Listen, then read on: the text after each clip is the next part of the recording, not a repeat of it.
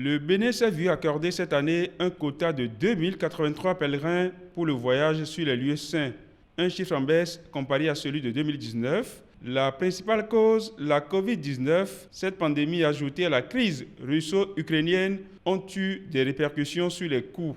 Le prix du Hajj par pèlerin et les dépenses y afférentes s'élèvent cette année à la somme de 3 400 000 francs CFA. Quelques éléments du prix du Hajj. Par le logement à la Mecque et à Médine, cette année-ci est pour environ 476 850. Nous pouvons constater que le prix du Kandé auquel nous souscrivons depuis des années, cette année-ci se monte à 933 240 contre 140 000 en 2019, qui fait vraiment une progression énorme. Et qui peut se comprendre d'ailleurs.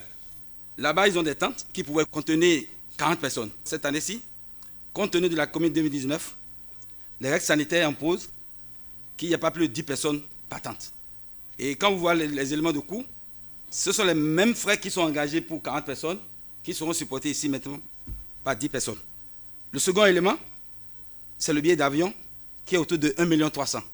La flambée du prix du pétrole, due essentiellement à la guerre en Ukraine, fait que nous sommes passés de 1 10 000 en 2019 à 1 300 000 cette année-ci. Très sensible à cette situation conjoncturelle, le gouvernement a pris certaines mesures pour atténuer les effets de la hausse des coûts sur les pèlerins.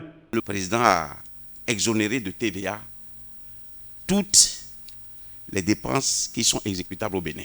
De l'analyse chiffrée qui a été faite, on aurait pu dire que le prix devait passer à plus des 3,4 millions qui ont été annoncés.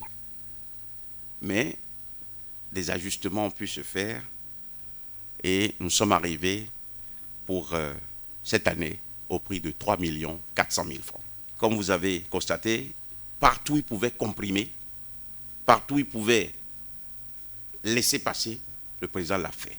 Des dispositions utiles ont été prises pour que les pèlerins puissent accomplir ce pilier important qu'est le Hajj. En visioconférence depuis l'ambassade du Bénin en Arabie Saoudite, l'ambassadeur Adam Bagoudou est revenu sur les diligences effectuées pour répondre aux exigences saoudiennes gardiennes des lieux saints.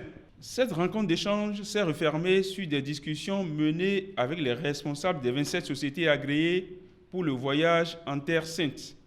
Prochaine étape, l'enregistrement des candidats sur la plateforme dédiée.